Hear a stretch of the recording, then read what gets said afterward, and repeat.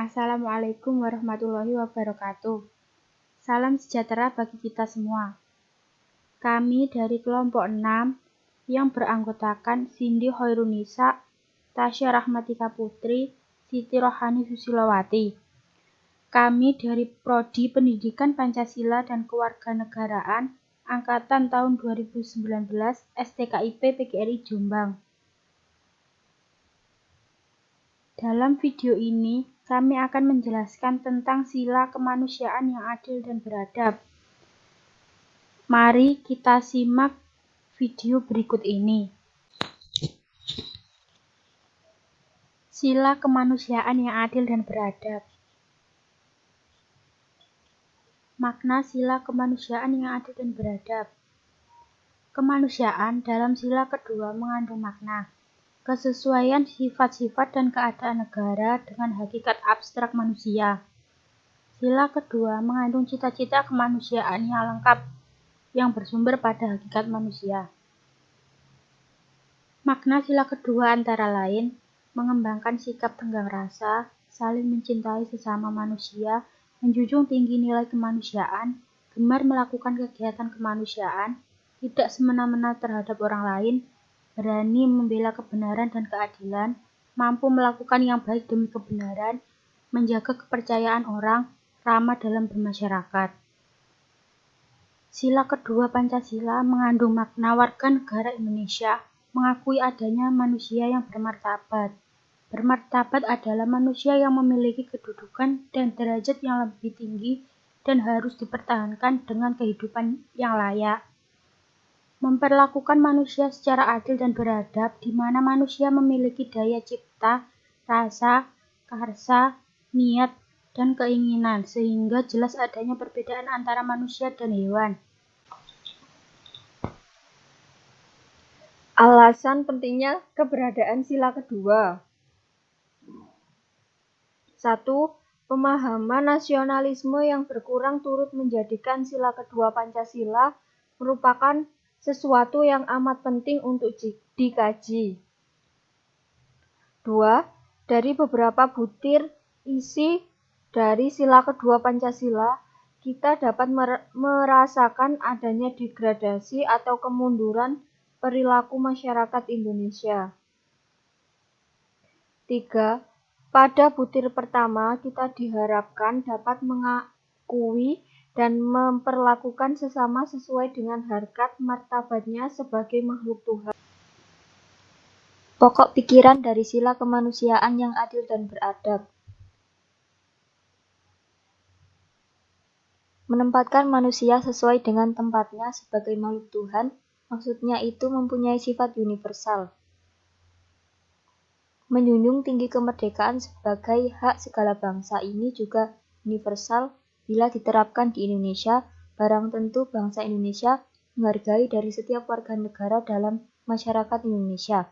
Sila ini mengandung prinsip menolak atau menjauhi suatu yang bersumber pada ras dan mengusahakan kebahagiaan lahir dan batin.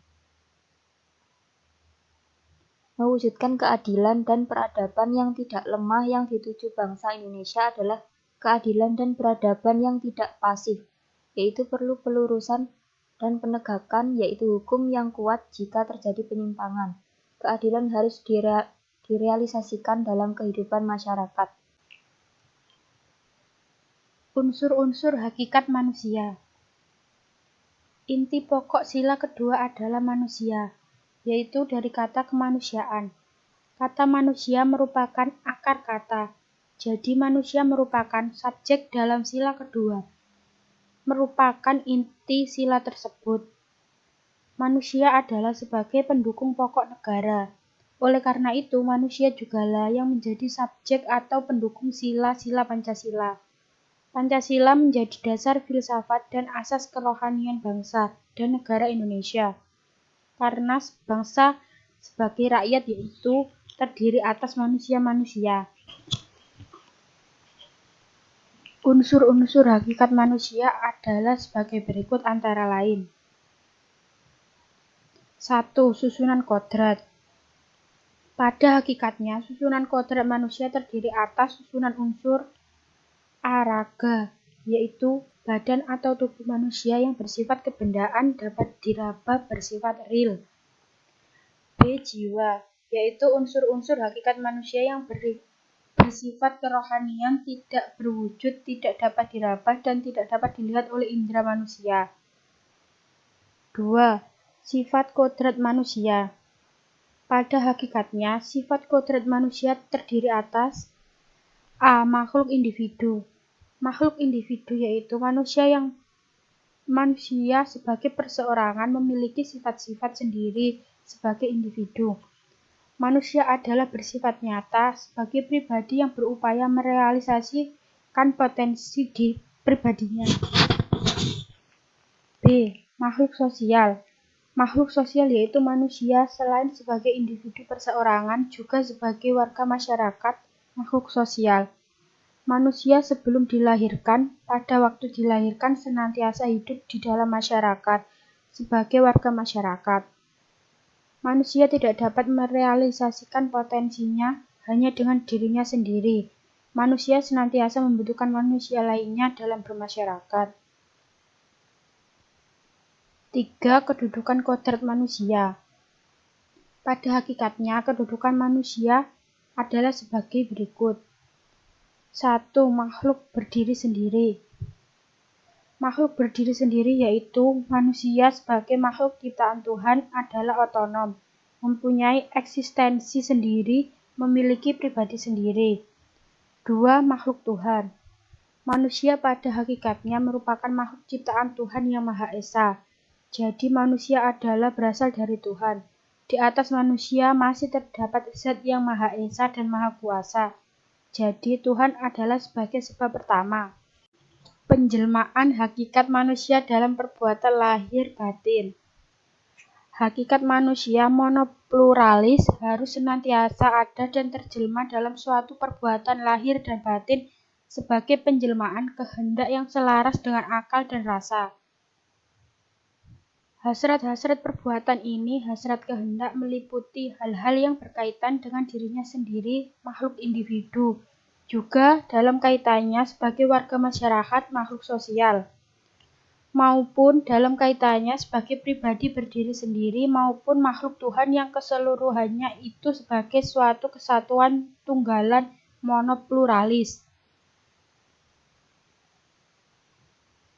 Dalam praktek perbuatan sehari-hari, kerjasama yang benar tentang perbuatan mana yang harus dilakukan, rasa mengujinya dengan berpedoman pada hasratnya sendiri, hasrat kehidupan.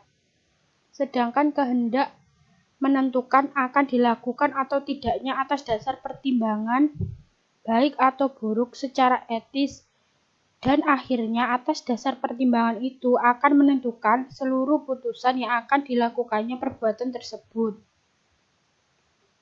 Dalam keadaan yang demikian ini, manusia memiliki sifat dan watak yang sesuai dengan hakikat manusia monopluralis yang menurut istilah Profesor Notonegoro disebut tabiat saleh yang meliputi 4 hal yaitu 1. Watak penghati-hati atau kebijaksanaan, 2. Watak keadilan, 3. Watak kesederhanaan, 4.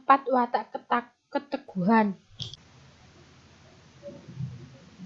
Hakikat adil dan beradab yang terkandung dalam sila kedua. Rumusan sila kemanusiaan yang adil dan beradab memiliki makna kesesuaian sifat-sifat dan keadaan serta hakikat negara dengan hakikat manusia yang bersifat monopluralis. Sebagaimana dijelaskan di muka bahwa pengertian hakikat manusia monopluralis tersimpul hubungan manusia selengkapnya, yaitu meliputi hubungan manusia dengan dirinya sendiri, manusia dengan manusia lainnya, dan manusia dengan Tuhannya. Berkaitan dengan pengertian tersebut, maka dapat dirumuskan pengertian adil dan beradab sebagai berikut. Adil. Adil dalam kaitannya dengan kemanusiaan, yaitu adil terhadap dirinya sendiri, terhadap sesama manusia, dan terhadap Tuhannya. Beradab. Beradab yaitu terlakunya semua unsur-unsur hakikat manusia yaitu jiwa, akal, rasa, dan kehendak.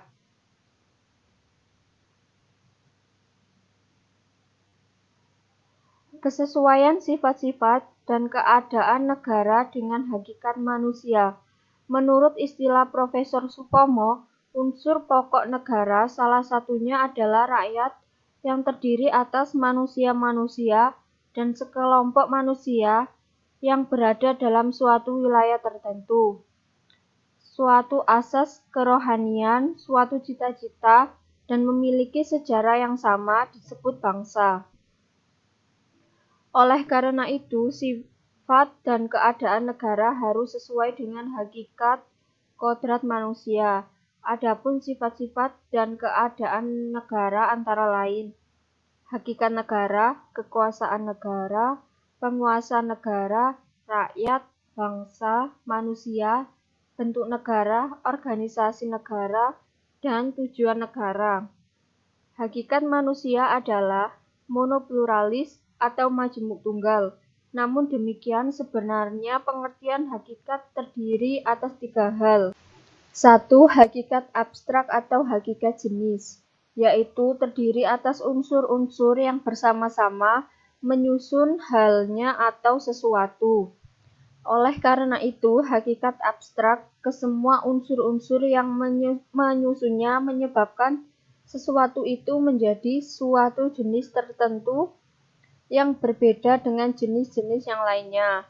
Maka, hakikat manusia terdiri atas unsur-unsur tubuh atau raga, jiwa, akal, rasa, dan kehendak, makhluk individu atau perseorangan, makhluk sosial, makhluk diri pribadi, dan makhluk Tuhan.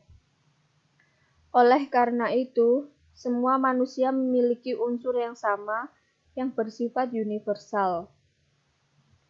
2. Hakikat pribadi merupakan suatu penjelmaan dari hakikat abstrak atau hakikat jenis. Hakikat pribadi memiliki 2 aspek, yaitu 1. Sifat-sifat yang tetap atau sifat hakikat abstrak. 2. Sifat-sifat hakikat yang khusus yang disebut dengan ciri-ciri khusus atau ciri-ciri pribadi yang berbeda dengan lainnya. 3. Hakikat konkret merupakan penjelmaan konkret langsung dari hakikat pribadi atau penjelmaan yang tidak langsung dari hakikat abstrak atau hakikat jenis.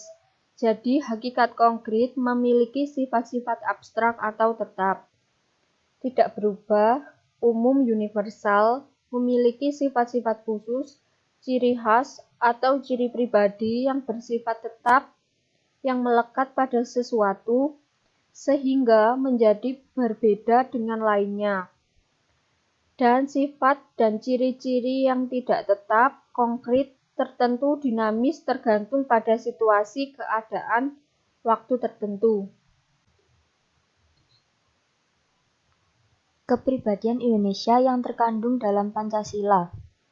Pancasila sebagai kepribadian bangsa Indonesia yaitu perwujudan dari nilai-nilai budaya bangsa Indonesia sendiri yang diyakini kebenaran dan juga kebaikannya. Pancasila merupakan kepribadian bangsa Indonesia karena Pancasila merupakan ciri yang khas kepada bangsa Indonesia dan tidak dapat dipisahkan dari bangsa Indonesia dengan mempunyai 5 sila dengan pengalaman masing-masing. Jadi yang dimaksud kepribadian bangsa dan negara Indonesia adalah terdiri atas jumlah sifat-sifat yang tetap terlekat pada bangsa Indonesia yang terdiri atas A. Hakikat abstrak manusia atau monopluralisme yang bersifat tetap dan terlekat pada semua orang dan sifatnya umum universal. B. Hakikat pribadi Indonesia yaitu keseluruhan sifat-sifat dan ciri-ciri khusus yang tetap yang terlekat pada diri pribadi pada bangsa Indonesia sehingga menyebabkan bangsa Indonesia berbeda dengan bangsa lain. Hakikat manusia sebagai dasar ontologis hak asasi manusia. Pancasila sebagai dasar filsafat negara memiliki visi dasar yang bersumber pada dasar ontologis yaitu hakikat manusia. Jadi manusialah yang merupakan pusat pemahaman segala aspek dalam pelaksanaan dan penyelenggaraan negara terutama yang berkaitan dengan hak-hak asasi manusia adalah bersifat monopluralis yaitu yang memiliki unsur-unsur hakikat kemanusiaan, yaitu jamak yang merupakan suatu kesatuan. Manusia pada hakikatnya memiliki kedudukan kodrat sebagai makhluk pribadi berdiri sendiri. Notonegoro dalam Ganeswara 2007 menyatakan bahwa hakikat dasar ontologis Pancasila adalah manusia, sebab manusia merupakan subjek hukum pokok dari Pancasila. Selanjutnya, hakikat manusia itu adalah semua kompleksitas makhluk hidup, baik sebagai makhluk individu maupun sebagai makhluk sosial. Sekian penjelasan dari kelompok kami. Semoga penjelasan yang kami sampaikan tersebut dapat bermanfaat bagi teman-teman semuanya. Bila ada salah kata, mohon dimaklumi. Wassalamualaikum warahmatullahi wabarakatuh.